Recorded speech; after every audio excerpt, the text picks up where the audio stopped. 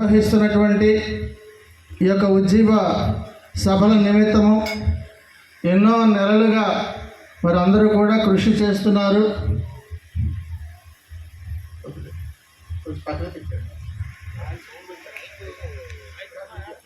ఇందుకు ప్రత్యక్షంగా పరోక్షంగా సంఘంలో ఉన్నటువంటి అనేక మంది పెద్దలు, పిల్లలు, యూత్ వారు అందరూ కూడా ఎంతో సహకరిస్తూ ఈనాడు ఈ రూపురేఖలకి తీసుకురావడం జరిగింది. మరి మీవో విమలమ్మ గారికి, నాని గారికి, వారి యొక్క కుటుంబ సభ్యులందరికీ కూడా మరి నా యొక్క శుభాలు తెలియజేస్తున్నాను. మనందరం కూడా దేవుని యొక్క సన్నిధిలో ఉన్నామనే మాటలు జ్ఞాపకము చేసుకొని ఆ తర్వాత వాక్య ధ్యానంలోనికి మనం వెళ్దాం. ఇంతవరకు క్వైర్ వారు నిలబడి పాడారు. దేవునిని ఆరాధించడానికి గాను మరి అందరం కూడా ఒకసారి నిల్చొని అత్యున్నత సింహాసనంపై ఆసీనుడైనటువంటి ఆ యొక్క స్తుతి ఆరాధన ద్వారా ఆరాధన చేసుకుని అనంతరము వాక్య సందేశంలోనికి వెళ్దాం. అత్యున్నత సింహాసనముపై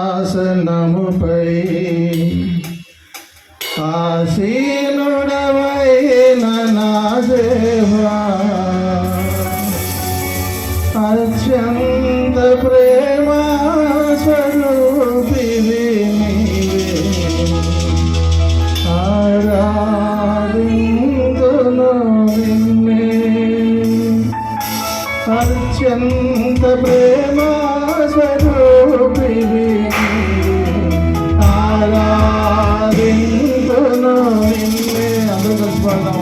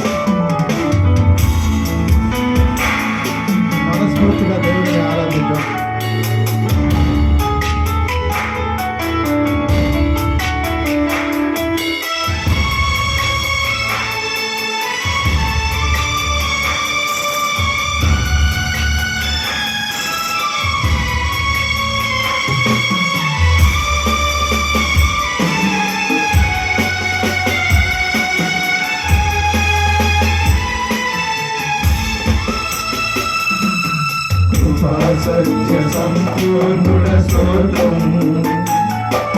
కృపతో రక్షించితివి స్తోత్రం. నీరాకవిచి విమోచించినావే మా రక్షణకర్త స్తోత్రం. కృపా సత్య సంపూర్ణ స్తోత్రం. కృపతో రక్షించితివి స్తోత్రం. నీరాకవిచి విమోచించినావే మా రక్షణకర్త స్తోత్రం.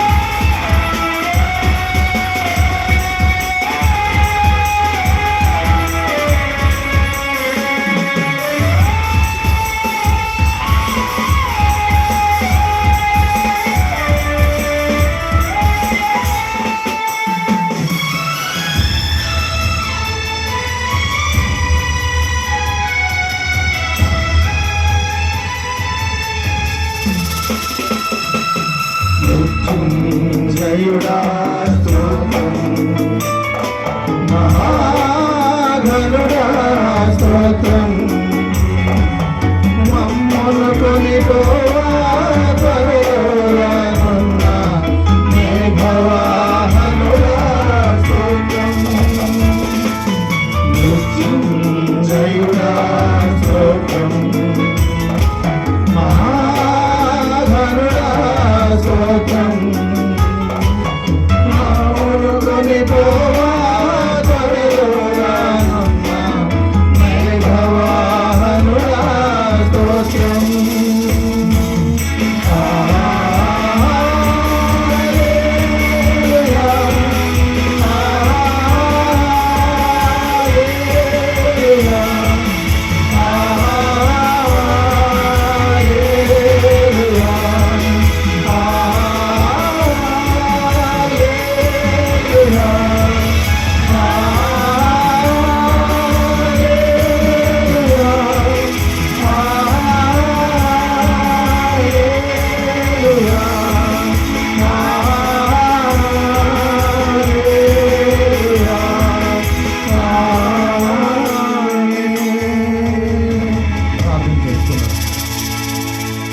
సకల ఆశీర్వాదములకు కారణభూతులైన మహాకృతులు, పరిశుద్ధుడా పరిశుద్ధుడా పరిశుద్ధుడా మీకు వందనాలు చెల్లిస్తాను. ఈ దినము దేవా మేమందరము కూడా మిమ్మల్ని స్తుతించడానికి ఘనపరచడానికి మీరు ఇచ్చినటువంటి శ్రేష్టమైనటువంటి సమయాన్ని బట్టి దేవా మీకు వందనాలు. మా స్తుతులపై ఆశీనుడు కమ్మని దేవా మిమ్మల్ని ఆశీర్వదిస్తున్నాం. దేవా మిమ్మల్ని ఆహ్వానిస్తున్నాము. దేవా నీకే కృపాకరం తండ్రి మీకు వందనాలు. ఈ దినము వాక్యం వివరించడానికి దేవా ఇక్కడ నేను నిలబడి ఉండగా నాకైతే ఎటువంటి జ్ఞానము లేదని మీ యొక్క పాదసన్నిధిలో ఒప్పుకొనిచున్నాను. మీ యొక్క ఆత్మ నడిపింపు మాత్రమే దయచేసి ఈనాడు నాకు కావలసినటువంటి ఆత్మీయ ఆహారం దయచేసి నా బ్రతుకులను బాగుపరుచున్నాను. కేవలం మీరే మహిం పొందమని నజరేయుడైన యేసు శక్తిగల నామమును అడిగి వేడుకొనిచున్నాము తండ్రి. ఆమేన్. దయచేసి కూర్చున్నాం.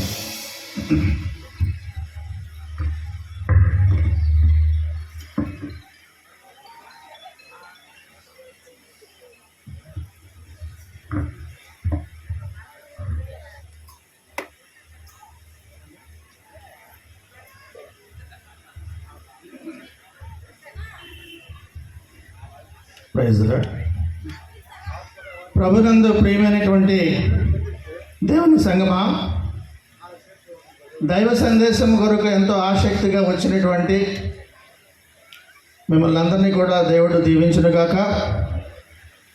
దేవుని యొక్క ప్రేరేపణను బట్టి పరిశుద్ధాత్మ దేవుడు నాకు తెలియజేసినటువంటి ఇచ్చినటువంటి సందేశాన్ని మీ ముందున ఉంచడానికి నేను ఇష్టపడుతున్నాను.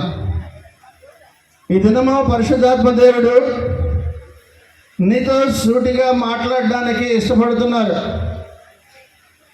ఏదో కథలతోనో ముచ్చట్లతోనో నవ్వించేటటువంటి మాటలతోటే మాట్లాడడానికి నేను ఇక్కడికి రాలేదు. కానీ దేవుడు నాకు ఇచ్చినటువంటి సందేశము సూటిగా మీ యొక్క వ్యక్తిగతమైనటువంటి ప్రతి ఒక్కరితో కూడా దేవుడు మాట్లాడాలని ఈ దినాన్న దేవుడి యొక్క ప్రేరేపణతో ఇక్కడ నేను నిలవబడి ఉన్నాను. ఈ దినాన్న పరిశుద్ధాత్మ దేవుడు చెబుతున్నటువంటి మాట ఏమిటనంటే, నేను నీతో పోరాడుతున్నాను, నేను నీతో యుద్ధము చేయడానికి నేను సిద్ధముగా ఉన్నాను, నేను నీతో పోరాడుతున్నానన్న మాట చెబుతున్నారు. ప్రభు అయినటువంటి యేసుక్రీస్తు పరిశుద్ధాత్మని ద్వారా తన జనాంగముతో పోరాడుతున్నాను, నేను పోరాటానికి సిద్ధముగా ఉన్నానని తెలియజేస్తున్నారు. దేని గురించి నీతో కలహిస్తున్నారు, దేని నిమిత్తము నీతో పోరాడుతున్నారు? నీ పాపముల నిమిత్తము నీతో కలహిస్తున్నారు.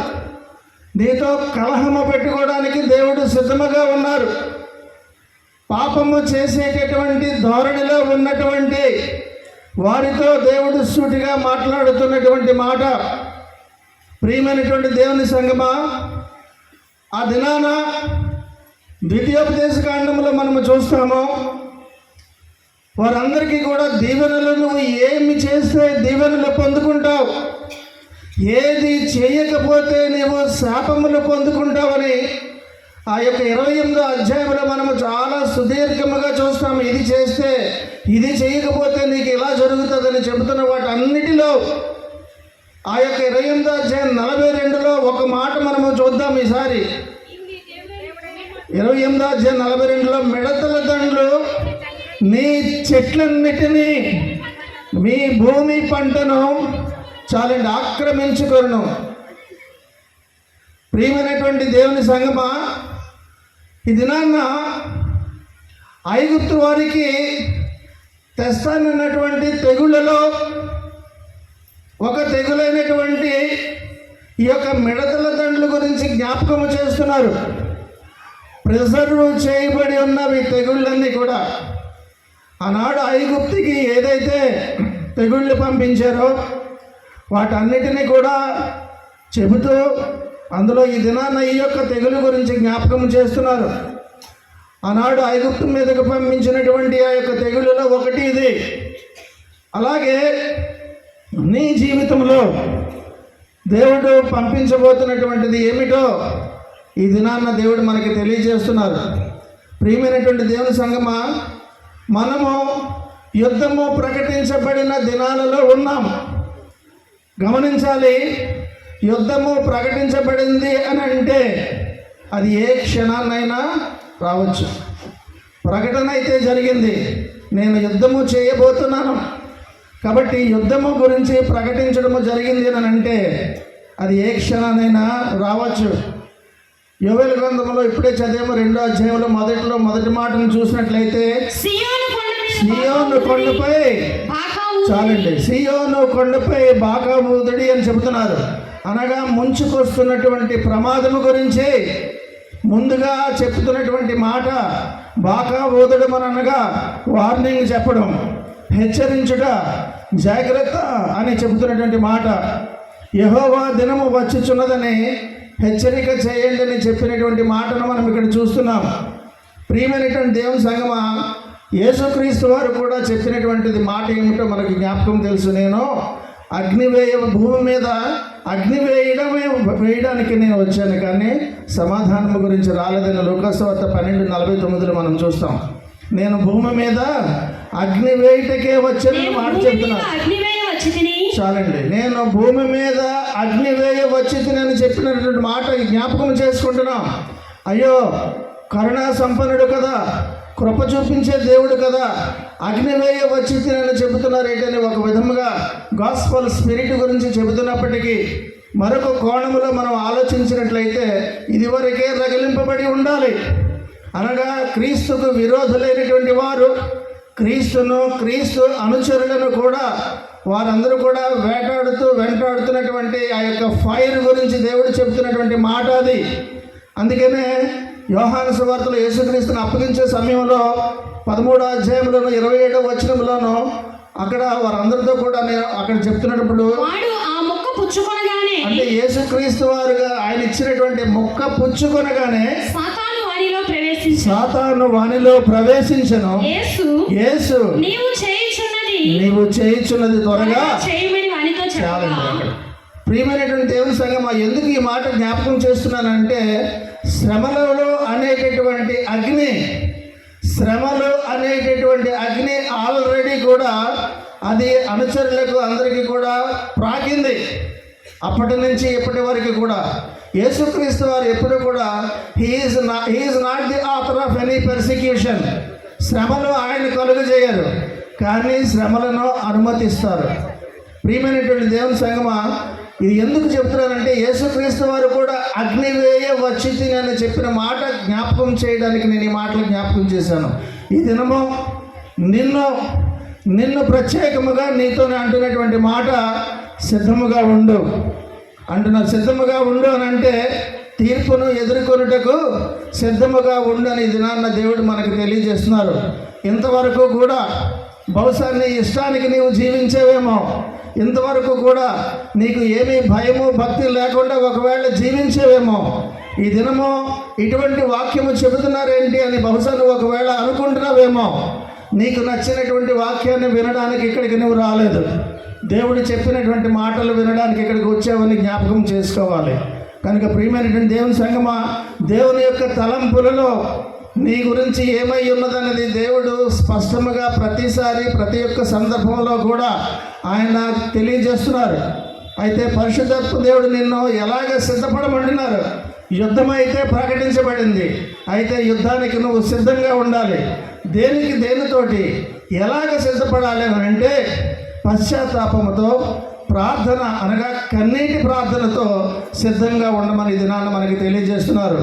ఈనాడు నీ యుద్ధంలో, నీ జీవితం అనే యుద్ధంలో, నీ వ్యక్తిగత జీవితంలో దేవుడు చెప్పినటువంటి యుద్ధము ప్రారంభమైందని చెప్పినటువంటి ఆ యుద్ధాన్ని, నీలో ఉన్నటువంటి ఆ యొక్క గలిబిలి జరుగుతున్నటువంటి ఆ యొక్క యుద్ధాన్ని ఎదుర్కోవడానికి దేవుడు చెబుతున్నటువంటి ఆయుధము 1 పశ్చాత్తాపము, 2 కన్నీటి ప్రార్థన. ప్రియమైనటువంటి దేవుని సంగమా, వాటితోటి నీవు యుద్ధములోనికి దిగితే దేవుడు కూడా నీకు సహాయం చేసి నీ పక్షానగా వచ్చి నీ యుద్ధంలో ఆయన నీకు సహాయం చేస్తారని దినాన్ని దేవుడు చెబుతున్నాడు. బాకా ఊది చెప్పమంటున్నారు, బోర ఊది చెప్పమంటున్నారు.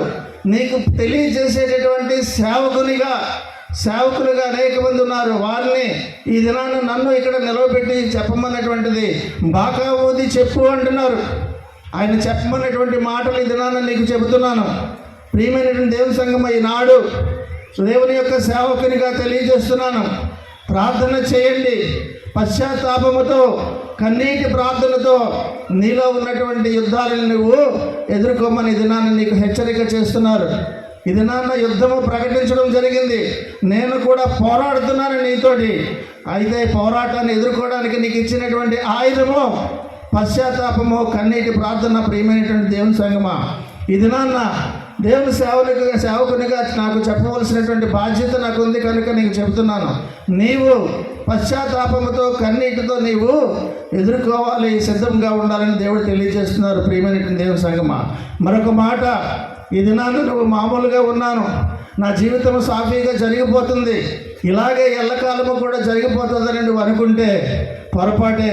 ఈ దినాన్ని నీకు చెబుతున్నటువంటి మాట, you are going to face fatal consequences, ప్రాణాంతకమైనటువంటి ప్రమాదాలను నువ్వు ఎదుర్కోబోతున్నావు. ఈ దినాన్న నీ పాపము వలన, నీలో ఉన్నటువంటి పాపము వలన దేవుని యొక్క ఉగ్రతను నువ్వు ముట్టుకుంటున్నావు అన్న విషయాన్ని జ్ఞాపకం చేస్తున్నారు. ప్రియమైనటువంటి దేవుని సంగమా, ఆనాడు ఈనాడు కూడా దేవుని ప్రజలైనటువంటి సియోను ప్రజలందరికీ, యెరూషలేము వారందరికీ కూడా ఏ మినహాయింపు లేదు, వారికి మినహాయింపు లేదు. దేవుని ఉగ్రతను ఎవరైతే ముట్టుతారో, ఎవరైతే కదుపుతారో వాళ్ళు ఇజ్రాయేలు వాళ్ళైనా, దేవుని ప్రజలైనా, నువ్వైనా నేనైనా దేవుని దృష్టిలో అందరూ ఒకటే, సమానమే.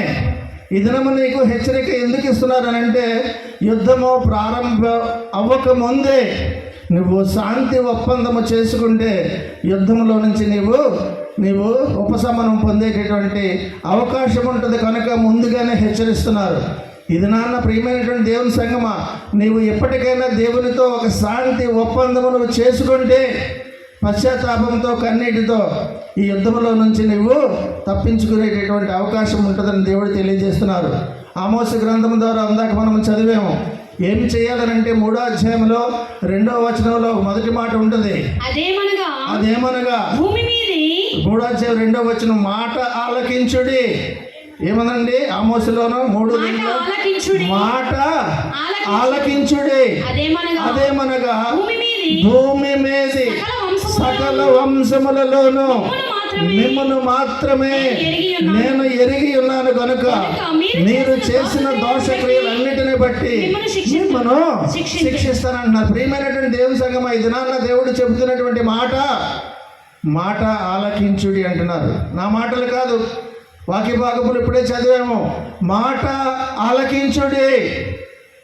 దేవుని జనాంగం అంటే ఇజ్రాయెల్ గురించి చెబుతున్నారని ఒకవేళ అనుకుంటున్నావేమో. వీఆర్ స్పిరిచువల్ ఇజ్రాయెల్, ఆధ్యాత్మికమైనటువంటి ఇజ్రాయేలీలు మనము. దేవుని జనాంగము లిటరల్గా ఇజ్రాయెల్ వాళ్ళు అయితే, దేవుని నమ్ముకున్నటువంటి జనాంగమైనటువంటి మనము స్పిరిచువల్ ఇజ్రాయెల్ అనే విషయాన్ని జ్ఞాపకం చేసుకోవాలి. అనగా తన జనాంగమైనటువంటి మనతో దేవుడు చెబుతున్నటువంటి మాట ఆలకించుడి అంటున్నారు. ప్రియమైనటువంటి దేవుని సంఘం, మరొక మాట చదవబడింది గ్రంథంలో. ఇందాక 3:6లో కూడా ఒక మాట మనం చూస్తున్నాం.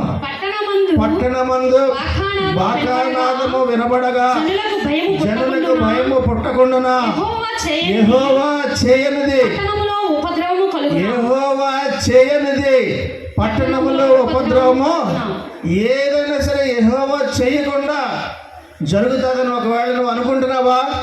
అందుకే ఆయన అంటున్నారు, ఈ దినాన్న నేరుగా సూటిగా నీతో మాట్లాడుతున్న మాట. మొదటిది యుద్ధము ప్రకటించబడింది, రెండోది శాంతి ఒప్పందం చేసుకునే అవకాశం నీకు వచ్చింది, మూడవది దానికి నువ్వు మాట ఆలకించుడి అని అంటున్నారు. ఆ యుద్ధం దినమును గుర్చిస్తున్నటువంటి వివరణ ఏంటో తెలుసా? నీవు తప్పించుకోలేవన్న మాట మనకు తెలియజేస్తున్నారు. ఆ దినము ఎలాగుంటుందని అంటే అంధకారమయమై ఉంటుంది, మహాంధకారము కమ్ముకుంటుందని తెలియజేస్తున్నారు. ఐగుప్తు మీద ఆ దినాన్న ఏమి జరిగిందని అంటే 10వ అధ్యాయం నిర్గమాకాండం 10వ అధ్యాయం 15వ వచనంలో చూసినట్లయితే, ఆ దేశమున చీకటి కమ్మెను, ఆ దేశపు కూరగాయలన్నిటినీ, ఆ వడగండ్లు పాడు చేయని వృక్షములన్నిటినీ చాలండి. కనుక ఇక్కడ ఆ దేశమున చీకటి కమ్మెనన్న మాట మనము చూస్తున్నాము. ఇక్కడ ఎందుకు అంటే ఆనాడు ఐగుప్తులోని ఏదైతే ఘటన జరిగిందో, ఏదైతే భయంకరమైనటువంటి ఆ యొక్క చీకటి కమ్మడము జరిగిందో, అటువంటిది ఒక మెయిన్ సినిమాకి ప్రీ రిలీజ్ లాంటిది.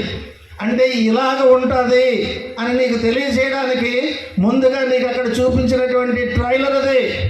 ఆనాడు ఎంత భయంకరంగా జరిగిందో, చేతికి చిక్కని చీకటి అన్న మాట మనం చూసాం.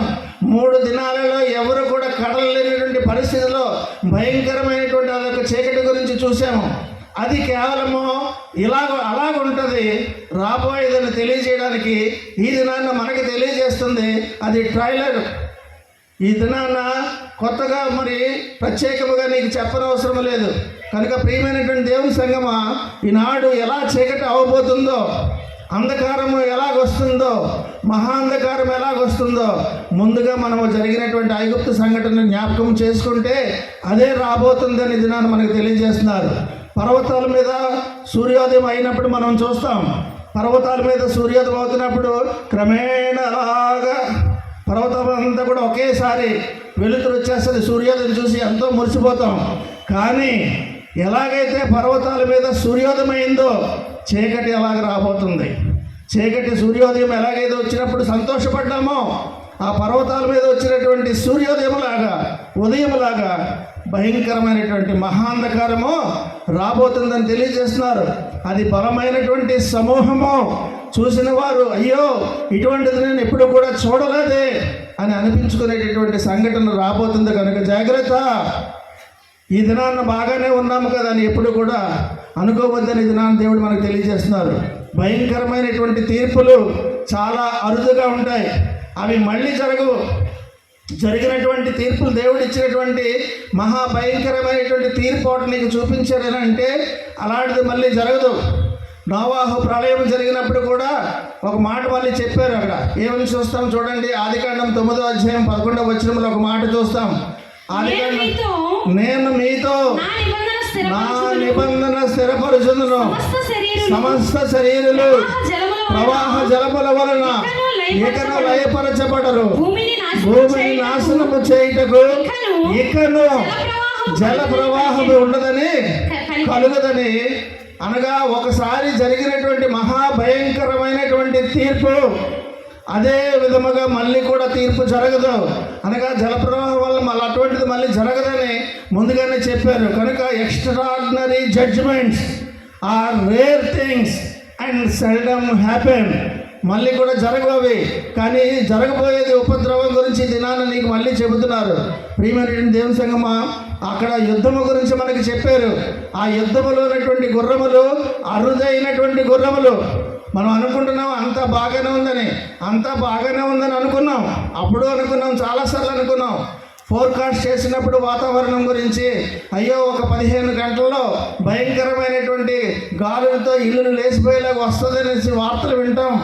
కానీ చూస్తే అంతా బాగానే ఉంది కదా, ఏమీ లేదు కదా, కనీసం మబ్బు కూడా లేదు కదా అని అనుకుంటూనే ఉంటాం. అలాంటి ఎన్ని సంఘటనలు, ఎన్ని రకాలైనటువంటి మనము చూడలేదు. అందులో భాగంగానే మళ్ళీ ఇక్కడ చెబుతున్నది మనుషులు కాదు, దేవుడు చెబుతున్నటువంటి మాట. జాగ్రత్త, ఎక్స్ట్రాడినరీ జడ్జిమెంట్ రాబోతుంది. ఆ యుద్ధంలో ఉన్నటువంటి గుర్రముల గురించి తెలియజేస్తున్నారు.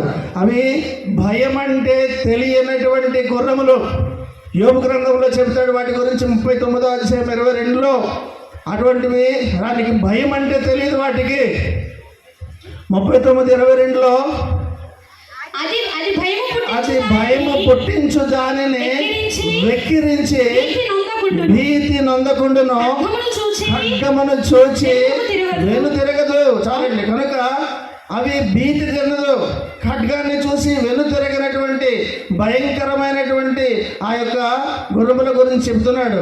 కాబట్టి మిడతల యొక్క తలలు గుర్రముల యొక్క రూపముల వంటివి, వాటి రథముల ధ్వని చేసుకుంటూ వస్తాయన్నాడు. రథముల ధ్వని చేసుకుంటూ వస్తున్నాయి, రాబోతున్నాయి అన్నాడు. అనగా ఒక గరుకు నేల మీద రథములన్నీ కూడా ఒకేసారి కొన్ని వేలు బయలుదేరి వస్తే ఎలాంటి ఘోష వినిపిస్తుందో అటువంటి విధముగా రాబోతున్నది ఉపద్రవం తెలియజేస్తున్నారు. ప్రియమైనటువంటి సహోదరుడా, ముందుగానే పద్మాసు ద్వీపంలో 95 ADలోనే యోహాను గారు దాని దర్శనంలో ఆ యొక్క లోయలో ఉంటూ రాసినటువంటిది. ప్రకటన గ్రంథం 9వ అధ్యాయంలో 6వ వచనంలో మనకి 7వ వచనంలో ముందుగానే మనకి తెలియజేశారు. ఆ మిడతల రూపములు యుద్ధమునకు సిద్ధపరచబడిన గుర్రములను పోలి ఉన్నవి, బంగారము వలె మెరయు కిరీటముల వంటివి వాటి తలల మీద ఉండెను, వాటి ముఖములు మనుష్యుల ముఖములు వంటివి. 9వ వచనం, ఇనుప మైమరువు వంటి మైమరువులు వాటికి ఉండెను, వాటి రెక్కల ధ్వని యుద్ధమునకు పరిగెత్తునట్టి విస్తారమైన గుర్రపు రథముల ధ్వని వలె ఉండదు. ప్రియమైనటువంటి దేవుని సంగమా, ఆనాడు ఐగుప్తు మీదకి కూడా మిడతల యొక్క దండు వచ్చింది. ఆ మిడతల దండు వచ్చినప్పుడు ఆ మిడతల దండు తాలూకా స్వరము, ఆ యొక్క భయంకరమైనటువంటి శబ్దము 6 మైళ్ళ దూరం వినబడిందట. అనగా ఆనాడు ఐగుప్తులో వచ్చినటువంటి మిడతల దండు యొక్క శబ్దము ఒక 4-5 మన దగ్గరికి వస్తేనే ఈయన పెడితే మనం భరించలేము. అలాంటిది ఆ యొక్క దండు దేశాన్ని అంతటినీ కూడా కమ్మేసినట్టు వచ్చినటువంటి ఆ యొక్క దండు యొక్క శబ్దము 6 మైళ్ళ వరకు కూడా వినబడింది. ప్రియమైనటువంటి దేవుని సంగమా, ఈ దినాన ఒక రోరింగ్ ఫైర్ రాబోతుంది.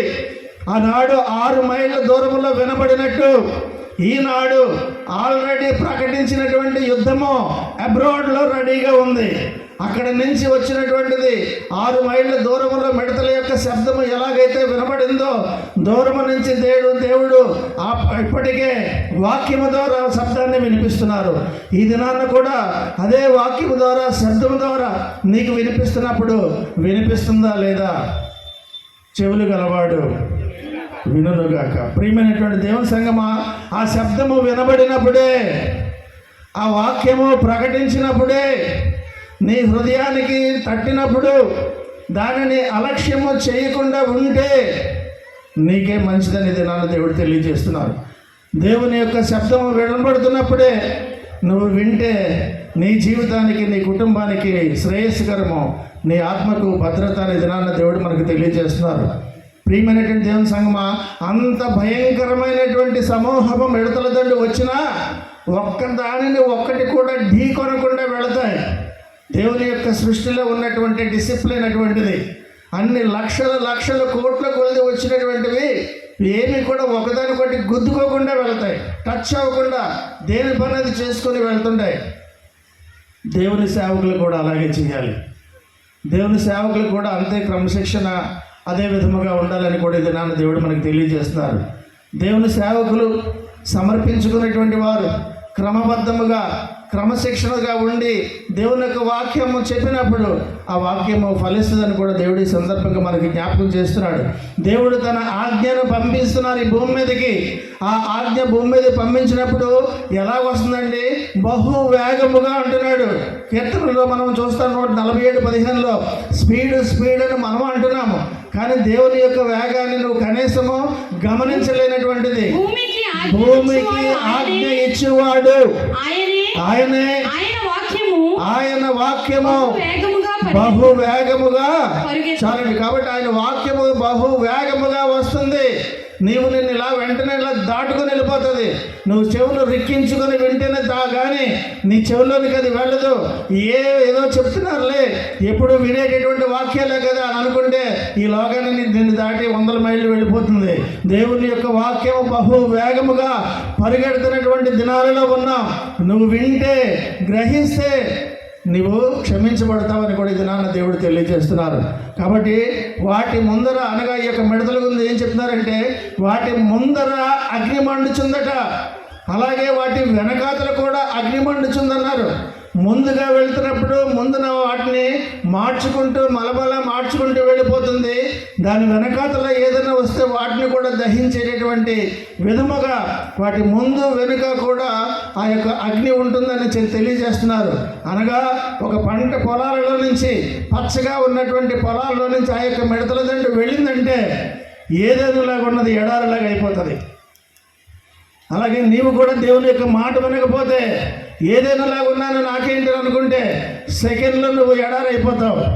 జాగ్రత్త. ప్రియమైనటువంటి దేవుని సంగమా, ఇది నాన్న నాకున్నటువంటి ఐశ్వర్యం ఎంత ఉంది, నాకున్నటువంటి అందం ఎటువంటిది అని అనుకున్నట్లయితే ఇది నాన్న మిడతల దండు జ్ఞాపకం చేస్తుంది. సెకండ్స్లో అవి ఇలాగ పొలం దాటి ఇలా వెళ్ళేసరికి ఏదైనా అంటే ఒక వనము, పంట పొలాలు, పచ్చనివన్నీ కూడా మాడి మసి అయిపోయినటువంటి సంఘటనలు ఇది నాన్న దేవుడు తెలియజేస్తున్నారు. ప్రియమైనటువంటి దేవుని సంగమా, అదే మనము ఆ యొక్క వివరాలు నిర్గమకాండం 10వ అధ్యాయంలో మనము 5-6 వచనాల్లో ఒకసారి చూద్దామా ఏమనుందో.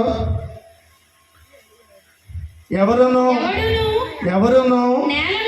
నేలను చూడలేనంతగా అవి దాని కప్పును తప్పించుకొని శేషమును, అనగా వడగండ్ల దెబ్బను తప్పించుకొని మిగిలిన దానిని అవి తినివేయును.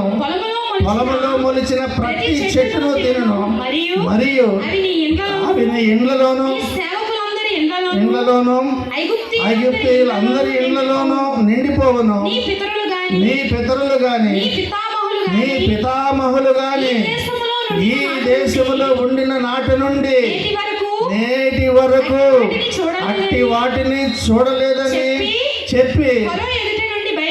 ప్రియమైనటువంటి దేవుని సంగమా, అంత భయంకరమైనటువంటి విధముగా ఉన్నదని ఈ దినాన్ని దేవుడు తెలియజేస్తున్నారు. బలాఢ్యులు పరిగెత్తునట్లుగా పరిగెత్తుకుంటూ వస్తాయి. ఖడ్గముల మీద పడినా సరే అవి త్రోవ విడివని దేవుడు వాక్యం తెలియజేస్తుంది. వాటిని చూచి జనములు వేదన నొందుతారని తెలియజేస్తున్నాడు. అందరి యొక్క ముఖములు వికారముగా తయారవుతాయని కూడా దేవుడు తెలియజేస్తున్నారు. ప్రియమైనటువంటి సంగమా, ఏమని చెప్పాలి, ఎంతగా వివరించాలి రాబోతున్నటువంటి భయంకరమైనటువంటి దినము గురించి?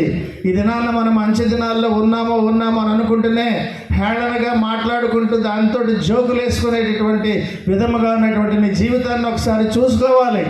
ప్రియమైనటువంటి దేవుని సంగమా, ఈ దినాన్న ఎందుకు ఈ వాక్యం చెప్పబడుతుంది, దానికి ఎందుకు ఇంత విధమైనటువంటి ఏర్పాట్లు చేసిబడి ఈనాడు నీ నోటికి నీ యొక్క చెవులకి ఎందుకు ఈ వాక్యం వినబడుతుంది అనేది ఒక్క సెకండ్ నువ్వు ఆలోచించినట్లయితే నువ్వు ధన్యురాలు అవుతావు. ప్రియమైనటువంటి దేవుని సంగమా, యెహోవా తన సైన్యం నడిపించుచు ఉరుము వలె గర్జించుచున్నాడు అనే 11వ వచనంలో చూస్తాం. ఆయన దండు బహు గొప్పదై ఉన్నది. ఆయన ఆజ్ఞ నెరవేర్చినది చాలండి, బలము గలది అంటాడు. చివరిగా యెహోవా దినము బహు భయంకరము, దానికి తాళగలవాడు ఎవడు అంటున్నాడు. ఎవరు తాళలేరు. నేను తప్పించుకుంటానేమో అని అనుకుంటారు, అన్ని విధాలుగా అనుకుంటున్నారు. ఇంకా ఎన్ని రాబోతున్నాయో మనకి న్యూస్లో వినే వరకు కూడా తెలియదు. కానీ న్యూస్లో విన్నది ఎప్పుడు తెలుస్తుంది? ఏమిటంటే వింటామని తెలుసుకోవడానికే, కానీ ఆపడం మన వల్ల కాదు. అప్పటికే అది వచ్చేస్తుంది. ప్రియమైనటువంటి దేవుని సంగమా, మహాదినము సమీపముగా ఉన్నదని పదే ఈ దినాన్న దేవుడు మనకి తెలియజేస్తున్నారు. ఈ మాటలన్నిటిని బట్టి నువ్వు అర్థం చేసుకోవాల్సింది ఏమిటో తెలుసా? నీ జీవితంలో కష్టాలు తరుముతున్నటువంటి సైన్యములాగా నీ మీదకి వస్తున్నాయి. నువ్వు ఎందుకు ఇంకా కూడా అవన్నీ నన్ను దాడి చేస్తున్నాయని నువ్వు ఆలోచించాలి. ఆనాడు యోనా కూడా పారిపోతే, దేవుని సన్నిధి నుంచి అక్కడి నుంచి పారిపోయి తను వెళ్ళిపోతుంటే తన వెనుకాతలే దేవుడు పంపించారు. ఏమిటది? తుఫాను, ఉరుములను పంపించాడు ఆయన. అనగా నీ మీదకి తుఫానులు, ఉరుములు నీ జీవితంలోనికి వస్తున్నాయనంటే నువ్వు వెనక్కి రమ్మని కానీ ఇంకా పారిపోమ్మని కాదు. యోనాన్ని వెనక్కి రప్పించడానికి ఆనాడు భయంకరమైనటువంటి తుఫానులు, ఉరుములను దేవుడు పంపించారు. ప్రియమైనటువంటి దేవుని సంఘం, నీ జీవితంలోనికి కష్టాలనే తుఫానులు వస్తున్నాయనంటే వెనక్కి రాని నిన్ను పిలవడానికే కానీ నిన్ను పారిపోయి దాక్కోమని కాదు. కాబట్టి నిన్ను వెనక్కి రమ్మని, అనగా నీ యొక్క పాత జీవితాన్ని విడిచిపెట్టమని ఈ దినాన్న దేవుడు మనకి తెలియజేస్తున్నారు. అందుకే యోబేలు 2:12 మధ్య భాగంలో అంటాడు, ఇప్పుడైనా ఏం చేయమంటున్నారు? ఎంత భయంకరంగా ఉంది. ఇప్పుడైనా ఉపవాసం ఉండి కన్నీరు విడిచుచు దుఃఖించుచు మనఃపూర్వకముగా తిరిగి నా యొద్దకు రండి అంటారు. చాలండి. కనుక ఇప్పుడైనా ఎంత జరిగినట్టు జీవితంలో ఇప్పుడైనా అంటున్నా నీతోటి ఇది నాన్న, ఒక చంటి కుర్రవాడిని బతిమాలుతున్నట్టు తినరా బాబు అన్నట్టుగా ఇప్పుడైనా కన్నీరు విడిచుచు దుఃఖించుచు మనఃపూర్వకంగా నా యొద్దకు తిరిగి రండి అంటున్నారు. అనగా నీ పాపములు ఒప్పుకొని పశ్చాత్తాపడితే నీ మీదకు వచ్చేటటువంటి రాబోతున్నటువంటి ఉపద్రవాన్ని నువ్వు తప్పించుకునే అవకాశం ఉంటుందని దినాన్ని దేవుడు తెలియజేస్తున్నారు. నీ గురించి ఎవరో సామూహికంగా ప్రార్థనా దళం ఎవరో ప్రార్థిస్తే చాలదు. నీ గురించి ఎవరో ప్రార్థిస్తే చాలదు. జకర్యా 12:12 అంటున్నారు. అందుకనే ఎవరి మటుకు వాళ్ళు కుటుంబాలు, భార్యలు వేరేగా ఎవరి మటుకు వారుగా ప్రార్థించండి అని అంటున్నారు. దేశ నివాసులందరూ ఏ కుటుంబములకు ఆ కుటుంబముగా ప్రలాపింతురు. దావీదు కుటుంబీకులు ప్రత్యేకముగాను వారి భార్యలు చాలండి. ఎవరి మట్టుకు వాళ్ళు ప్రత్యేకంగా ప్రార్థించండి. మనం ఎవరో లెటర్ రాసి ఫోన్ చేసేసి ఆ యొక్క QR కోడ్కి నువ్వు మెసేజ్ పంపించేసేస్తే వాళ్ళు ప్రార్థన చేసేస్తే నీకు స్వస్థత లేదన్న జీవితము బాగుపడదు. నువ్వు ప్రార్థించాలి. నీ కడుపు నిండాలంటే నువ్వు తింటేనే నీ కడుపు నిండుతుంది. నీ ఆకలి తీరాలనంటే నువ్వు తినాలి. ప్రియమైన దేవుని సంగమా, నీ కష్టాలు తీరాలనంటే నువ్వు ప్రార్థించాలి, నువ్వు పశ్చాత్తాపడాలి, కన్నీటితో ప్రార్థించాలని ఇది నాన్న దేవుడు మనకి తెలియజేస్తున్నారు. ప్రార్థన ఎలా చేయాలో తెలుసా? గద్ద పాము గురించి మన అందరికీ కూడా తెలుసు. గద్ద పాముని దాని మీద ఉంటుండగా దాంతో ఫైట్ చేయదు. దానిని ఏం చేస్తుందనంటే పట్టుకొని ముందు ఆకాశంలోనికి తీసుకెళ్ళిపోద్ది. నేల మీద ఉన్నంత వరకే పాముకి దానికి ఉన్నటువంటి శక్తి ఉంటుంది. అది ఎప్పుడైతే ఆకాశంలోనికి గాలిలోనికి తీసుకుని వెళ్ళిపోతుందో శక్తిహీనంగా అయిపోతుందో పాము. అందుకనే నువ్వు చేయవలసింది ఫస్ట్ నువ్వు ఎక్కడ పడితే అక్కడ సాతానుని దాని యొక్క కంఫర్ట్ జోన్లో నుండి దాంతో నువ్వు యుద్ధం చేయడం కాదు. నీవు first you change the battle ground. నీ యుద్ధ భూమిని నువ్వు మార్చాలి, అనగా గాలిలోనికి తీసుకుని వెళ్ళాలి. దేవుని యొక్క సన్నిధిలోనికి నీ యొక్క సమస్యని సాతానుని తీసుకుని వెళ్ళి నువ్వు ప్రార్థిస్తే గ్రద్ద ఎప్పుడైతే పైకి తీసుకెళ్తుందో శక్తిహీనం అయిపోతుంది పాము. అక్కడ దాన్ని పొడిచినా ఏం చేసినా అమ్మో అని అంటుంది, కానీ కనీసం కూడా పడగ కూడా విప్పి కాటు వేయలేదు. అటువంటి విధమైనటువంటి పైకి ఇన్ ద స్పిరిచువల్ realmలోనికి, అనగా దేవుని యొక్క సన్నిధిలోనికి నీ యొక్క సమస్యను తీసుకుని వెళితే అప్పుడు నువ్వు ప్రార్థన చేస్తే, అంతేగాని ఎప్పుడు యథావిధిగాను మామూలుగానే చేసినటువంటి ప్రార్థన చేస్తే నీ సమస్య ఎప్పుడు కూడా సమస్యగానే ఉండదు. కనుక ప్రియమైనటువంటి దేవుని యొక్క సంగమా, first you change the battle ground. యుద్ధ భూమిని నువ్వు మార్చు. సాతాను దగ్గరికి నువ్వు వెళ్ళి దాని కంఫర్ట్ జోన్లోకి వెళ్ళి నువ్వు ప్రార్థిస్తే ఇంకో 4 మొత్తుతాడు నిన్ను. కానీ అదే నువ్వు దేవుని దగ్గరికి నువ్వు వాడిని తీసుకుని వెళ్తే దేవుడు వాడిని మొత్తుతారన్న విషయాన్ని ఇది నాన్న దేవుడు మనకి తెలియజేస్తున్నారు. ఇది నాన్న పరిశుద్ధాత్మ దేవుడు మనతో మాట్లాడుతూ చెబుతున్నటువంటి మాటలు, ఇప్పటికైనా మాట వినండి, మాట ఆలకించుడి అని ఆ యొక్క 2వ వచనంలో చెప్పినట్టుగా ఇది నాన్న నీ పాపములు ఒప్పుకోమంటున్నారు. నీ పాపముల ద్వారా నీవు దేవునిని బాధ పెడుతున్నావన్న విషయాన్ని నువ్వు దేవుని యొక్క సన్నిధిలో ఒప్పుకోమని దినాన్ని తెలియజేస్తున్నారు. అయ్యో, నీ పాపముల గురించి ఒకసారి జ్ఞాపకం చేసుకుంటే ఏమనిపిస్తుందో తెలుసా? ఎవరో చేయనవసరం లేదు, మనకే ఎంత ఘోరమైనటువంటి పని చేశాను నేను, ఇటువంటి భయంకరమైనటువంటి జీవితమా నేను జీవించాను అని ఒక్కసారైనా సరే వెనక్కి వెళ్ళి ఆలోచిస్తే నీ మీద నీకే అసహ్యం వేస్తుంది. ప్రియమైనటువంటి దేవుని సంగమా, ప్రియమైనటువంటి దేవుని సంగమా, అందుకనే వాటిని విడిచిపెట్టి ఎంత నీచమైనటువంటిది, నా క్రియలు నాకే అసహ్యం అనిపించేటటువంటి ఈ పాపంలో నేను ఎంతవరకు ఉన్నానా, దేవుని నేను ఎంతవరకు కూడా ఎంత ఘోరముగా భయంకరముగా బాధ పెట్టానా అని నీకు తలంపు వస్తే పశ్చాత్తాపడు, ప్రార్థన చేయు, దేవుని యొక్క సన్నిధిలో నీవు ఆశీర్వాదాలు పొందుకుంటావని ఇది నాన్న దేవుడు తెలియజేస్తున్నారు. అది నాన్న పాతకాలంలో వాళ్ళు దేవుని సన్నిధిలోనికి వెళ్ళి వాళ్ళు వస్త్రాలను చింపుకునేవారు. పాత నిబంధన కాలంలో వస్త్రాలు చింపుకొనమన్నది మొట్టమొదటిసారిగా ఆదికాండం 37:29 అక్కడ జరిగినటువంటి మొట్టమొదటి అక్కడి నుంచి ప్రారంభమైంది. వాళ్ళ యోసేపుడు ఆ గోతులో నుంచి రూబేను ఆ గుంటకు తిరిగి వచ్చినప్పుడు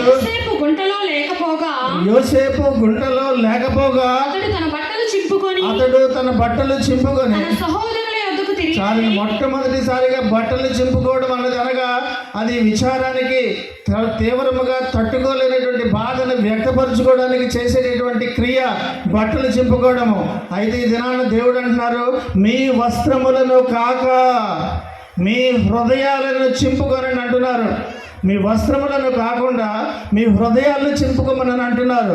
కాబట్టి హృదయాన్ని చింపుకోవడం అని అంటే అర్థం ఏంటంటే విరిగి నలిగినటువంటి హృదయము, మనస్సు. కీర్తన 51:17 మనం చూస్తాం ఆ మాట. విరిగిన మనస్సే దేవునికి ఇష్టమైన బలులు. దేవా, విరిగి నలిగిన హృదయాన్ని నీవు అలక్ష్యము చేయవు. దేవుని దగ్గరికి విరిగి నలిగిన హృదయం, పశ్చాత్తాప హృదయముతో నీవు దేవునికి నువ్వు ఆ హృదయాన్ని ఇస్తే ఆయన వెంటనే నిన్ను ఇలా పట్టుకొని, నా కుమారుడా, నా కుమార్తె, నేను నువ్వు ఎంత ఘోరం చేసినా నువ్వు నా దగ్గరికి వచ్చావు, తెలుసుకున్నావు కదా, నాకు అదే చాలు, నీ పాతవన్నీ కూడా నేను చూడను అని చెప్పే కృపగల దేవుడు మనకు ఉన్నారు. ప్రియమైనటువంటి దేవుని సంగమా, నీలో ఏమిటి నూతనముగా కన్సీవ్ అవ్వాలి. కన్సీవ్ అంటే కేవలము గర్భము దాల్చడమే కాదు, ఒక నూతనమైనటువంటి ఆలోచన గర్భము దాల్చాలి. ఏంటి గర్భము దాల్చాలి? ఏ యొక్క ఆలోచన గర్భము దాల్చాలి అని అంటే పాపము పట్ల అసహ్యము, పాపము పట్ల విముఖత అనేటటువంటిది నీవు గర్భము దాల్చాలి, కన్సీవ్ అవ్వాలి. అది నీలో నుంచి బయటికి రావాలి. నీ హృదయంలో నుంచి నీ యొక్క మనసులోనికి వెళ్ళి పాపాన్ని అసహించుకొని పాపానికి విముఖత చూపేటటువంటి స్థాయికి మారాలని దినాన్న దేవుడు మనకు తెలియజేస్తున్నారు. ప్రియమైనటువంటి దేవుని సంగమా, ఒక విషయం తెలుసా?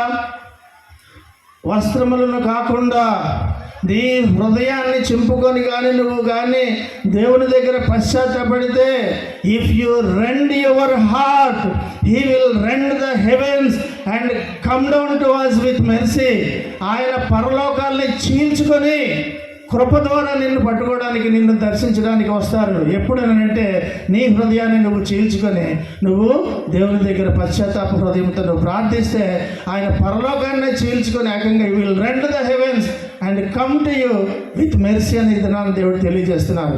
ప్రియమైనటువంటి దేవుని సంగమా, ఈ దినాన్న నువ్వు ఆయన తట్టు తిరిగితే, యోవేలు 2వ అధ్యాయంలో 13-14 వచనాలు చూద్దామా.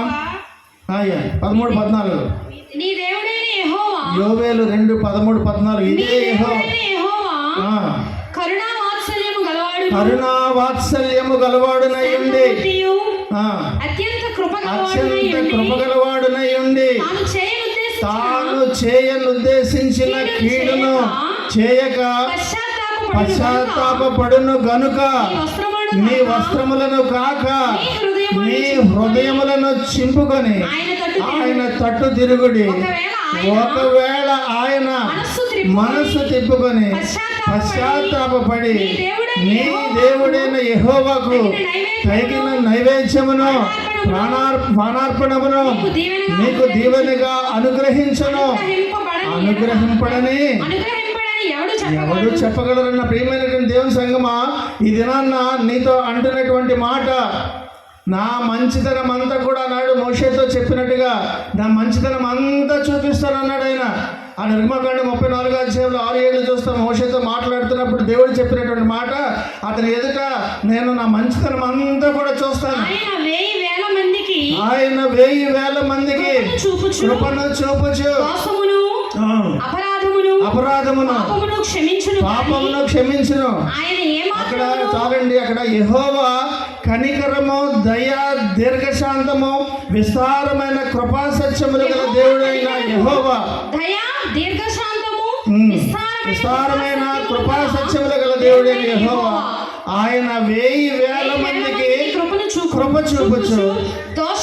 చాలండి, దోషమును అపరాధమును క్షమిస్తానని అంటున్నారు ఆయన. నీవు నీ యొక్క హృదయాన్ని చింపుకొని నీవు వచ్చినట్లయితే ఆయన అంటున్నారు, ఆయన నీ యొక్క దోషమును అపరాధాన్ని నేను క్షమిస్తానని దినాన్ని తెలియజేస్తున్నారు. కనుక ప్రియమైనటువంటి దేవుని యొక్క సంగమా, దేవుడైనటువంటి యెహోవా కరుణా వాత్సల్యములు గలవాడు, శాంతమూర్తి, అత్యంత కృపగలవాడునై ఉండి తాను చేయనుద్దేశించినటువంటి కీడు చేయక పశ్చాత్తాపడునని మనం చూస్తున్నాం. కనుక నీ వస్త్రములను కాక చాలండి హృదయాలను చెప్పుకోమంటున్నాడు. ఇది నా దేవుడు చెబుతున్నటువంటి మాట. ఆషామాషిగా ఇంతవరకు విన్నది నువ్వు బాగానే ఉందో లేకపోతే రేటింగో దాని గురించి కాదు ఇది మనం ఆలోచించవలసింది. నీ జీవితం గురించి, నీ గురించి ఆలోచించు ప్రియమైనటువంటి దేవుని సంగమా. ఎలాగుంది ఇది నా జీవితం ఎలాగుంది, అయ్యో ఇలాగ ఉంటే నా యొక్క పరిస్థితి ఏంటి అని ఒకసారి బేరీజు వేసుకొని వాక్యానుసారముగా చెప్పినట్టుగా నువ్వు చేసినట్లయితే నీకే మంచిది. నీ జీవితమే బాగుపడుతుంది, నీ కుటుంబమే ఆశీర్వదించబడుతుందని తెలియజేస్తున్నారు. కనుక నీ జీవితం చుట్టూ నీ తలపై గొప్పి కట్టినట్టు విధముగా ఆయన గొప్పిక తవ్వి నీకు అన్నీ కూడా వాక్యం ద్వారా ఎన్నో చెప్తున్నా సరే ఇంకా బరువుకు ఎక్కకపోతే ఎలాగని దినాన్ని దేవుడు తెలియజేస్తున్నారు. ప్రియమైన దేవుని సంగమా, నీవు ఆత్మీయ ఫలాలు నీలో రావాలని దేవుడు ఆలోచిస్తున్నారు. నీలో నుంచి రావాల్సినటువంటి ఫలాలు ఇవి కాదే, ఇప్పుడు నువ్వు అనుభవిస్తున్నటువంటిది పాప ఫలాలు కాదు కదా, ఆత్మీయ ఫలాలు నీ నుంచి రావాలని దేవుడు ఆలోచిస్తున్నారు. కాబట్టి ప్రియమైనటువంటి దేవుని సంగమా, దేవుని యొక్క మాటను ఒకసారి మనందరం కూడా ఒకసారి ఒక పాట ద్వారా జ్ఞాపకం చేసుకుందామా. ఫలముల నాశించిన పరలోక తండ్రి తేరి చూచుచున్నాడు నీ వైపు. అందరూ పాడదాం. ఫలముల నాశించిన పరలోక తండ్రి తేరి చూచుచున్నాడు నీ వైపు. ప్రేమతో నిన్ను పెంచిన ప్రియతోడమాలే పరీక్షించుచున్నాడు నీ కాపు. ప్రేమతో నిన్ను పెంచిన ప్రియతోడమాలే పరీక్షించుచున్నాడు నీ కాపు.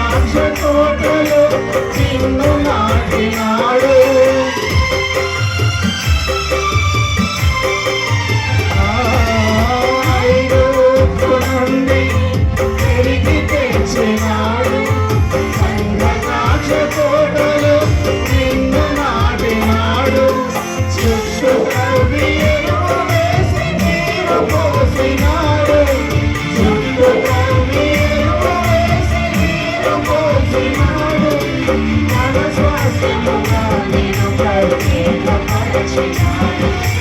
తన స్వాస్థ్యముగా నేను ప్రత్యేకపరచినాను. ఫలించకుండుట నీకు న్యాయమా? యజమాని ఫలించకుండుట నీకు న్యాయమా? యజమాని సహనముతో జయనాయమా. పరలోక తండ్రి తేరి చూచుచున్నాడు నీ వైపు.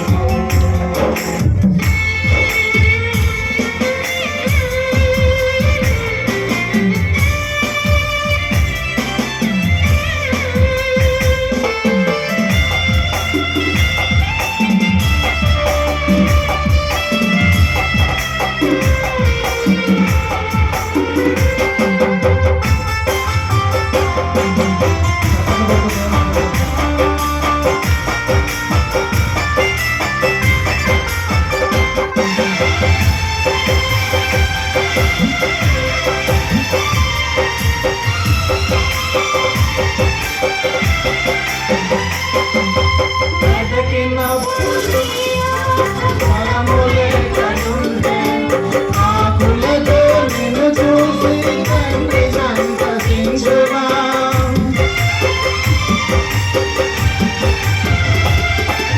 వెతికినప్పుడు నీ వద్ద ఫలములే కనుంటే ఆకులతో నిన్ను చూసి సంతసించునా. ఇవ్వబడిన సమయములో వర్ధిల్లకుంటే, ఇవ్వబడిన సమయములో వర్ధిల్లకుంటే, మోడు లాంటి నిన్ను ఇంత సరివేయకుండునా. మోడు లాంటి నిన్ను ఇంత సరివేయకుండునా. ఫలించుకొనుట నీకు న్యాయమా? యజమాని సహనముతో జయనాయకమా. ఫలించుకొనుట నీకు న్యాయమా? యజమాని సహనముతో జయనాయకమా. ఫలములనాశించి పరలోక తండ్రి తేరి చూచుచున్నాడు నీ వైపు. ఫలములనాశించెను పరలోక తండ్రి తేరి చూచుచున్నాడు నీ వైపు. అవును ప్రియ దేవుని సంగమా, దేవుని యొక్క వాక్యం ఈ దినాన్ని సూటిగా నీతో మాట్లాడుతున్నటువంటి మాటలు ఒకసారి నా ఆలోచించావా? ఇంతసేపట్లో జెఫన్యా 2:3 కూడా అంటున్నారు, యెహోవాను వెదకుడి, యెహోవాను వెదకుడి, మీరు వెదకి వినయము గలవారై నీతిని అనుసరించిన ఎడల ఒకవేళ ఆయన ఉగ్రత దినమున బహుశా దాచపడతారంటున్నాడు. ప్రియమైనటువంటి దేవుని ఉగ్రత రాబోతుంది. అయితే నీవు ఆయనను వెదకి, నీవు ఆయన నీతిని అనుసరించి నీ హృదయాన్ని ఆయనకు అప్పగిస్తే ఉగ్రత దినాన్ని నిన్ను దాస్తానని అంటున్నారు. ఎంత గొప్ప మాట! దేవునికి మహిమ కలుగును కాక. అందుకని అంటున్నాడు ఆయన చదవబడినటువంటి వాక్య భాగ్యంలో 15వ వచనం, సియోనులో బాకా ఊదుడి, సియోనులో బాకా ఊదుడి, బాకా ఊదుడి, ఉపవాస దినము ప్రతిష్ఠించుడి, వ్రత దినము నియమించి చాలని. మొట్టమొదట ఈ యొక్క వాక్య ధ్యానంలో మొట్టమొదట బాకా ఊది యుద్ధాన్ని ప్రకటించారు. ఈ దినాన్న నీ యొక్క మనసును చూసి, నీ యొక్క పరిస్థితిని బట్టి దేవుడు కరుణ కృప వాత్సల్యము గలవాడు కనుక ఈనాడు కూడా మళ్ళీ బాకా ఊదని అంటున్నారు. కానీ బాకా ఊది ఏం చేయమంటున్నారు అని అంటే, ఉపవాస దినము ప్రతిష్ఠించుడి, వ్రత దినము నియమించి ప్రకటన చేయండి అన్నాడు. యుద్ధం వస్తుంది కనుక నువ్వు బాకా ఊది దినాన్న ఉపవాస దినాన్ని ప్రకటన కనుక. ప్రియమైనటువంటి దేవుని సంగమా, ఈ దినము నీపై కృప చూపించడానికి ఇష్టపడుతున్నారు. అయితే పొందుకోవాలని అంటే నువ్వు ఉపవాసం ఉండాలి, కన్నీటితో ప్రార్థన చేయాలి. ఆనాడు అనేక సంవత్సరం అంతట్లో అనేక రకమైనటువంటి పండుగలు ఉన్నా సరే దేవునికి ఈ యొక్క ద డే ఆఫ్ అటోన్మెంట్ అనే కన్నీరు విడుస్తూ ప్రార్థన చేస్తూ, ఏ డే టు ఎఫ్లిక్ట్ సోల్, ఆత్మను మరి దుఃఖముతోటి విచారముతోటి ఉండినంతగా ప్రార్థించాలని ఈ దినాన దేవుడు మనకు తెలియజేస్తున్నారు. కాబట్టి నీ మీదకి రాబోతున్నటువంటి దేవుని యొక్క తీర్పు, ఆ కోపాన్ని ఆయన యోవేలు 1:14లోనే ముందుగా మనకు చెప్తున్నటువంటి మాట, ఉపవాస దినము ప్రతిష్ఠించుడి, తిప్పుకొని పశ్చాత్తాపపడి నీ దేవుడైన యెహోవాకు తగిన నైవేద్యమును ప్రాణార్పణమును నీకు దీవెనగా అనుగ్రహించును. ఉపవాస దినము ప్రతిష్ఠించుడి, ప్రతిదినము ఏర్పరచుడి, యెహోవాను చాలండి ప్రతిమాలు కొనుక్కోమంటున్నాడు. ఈ దినాన్ని నువ్వు దేవుని ప్రతిమాలకు ఉంటే నీ బ్రతుకు బాగుపడుతుందని దినాన్ని దేవుడు తెలియజేస్తున్నారు. చాలదా ఇంతవరకు ఇంతవరకు ఏదో జీవితాన్ని జీవించాను, ఇంతకంటే భయంకరమైనటువంటి దినాలు రాబోతున్నాయి కనుక ఇక మీదటి నేను పాపం చేస్తే నా జీవితానికి పుట్టగతులు ఉండవని ఒక్కసారి ఎవరికి వారు పాపంలో ఉన్నవారు అనుకున్నట్లయితే ఈ దినాన్న దేవుడు నిన్ను కరుణించి నీకు విడుదల ఇవ్వడానికి సిద్ధంగా ఉన్నారు. అటు భాగ్యము దేవుడు మనందరికీ, సంఘమంతటికి కూడా దయచేసి దీవించి బలపరచునుగాక. ఆమె దేవుడి వాక్యాన్ని మన వినికిడిలో దీవించి ఆశీర్వదించునుగాక. ఆమె.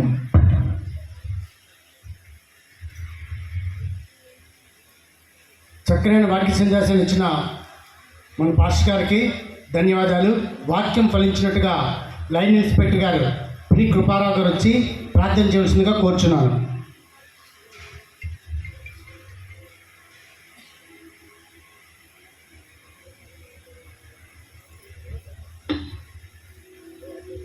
హల్లెలూయా.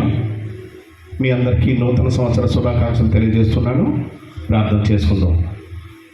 ప్రేమగల మా తండ్రి, జీవగల మా దేవ, నీకు వేలాది లెక్కలేని స్తుతులు స్తోత్రములు. ఈ ఉదయకాల సమయమైన నిన్ను ప్రార్థించుటకు గణపరచుటకు మాకు అవకాశం ఇచ్చినందుకు నీకు లెక్కలేని స్తుతులు స్తోత్రములు. ఆయన అనేక సంవత్సరాలుగా ఇక్కడ ఉజ్జీవ సభలు ఏర్పాటు చేసి ఉన్నారు. ప్రతి ఒక్కరిని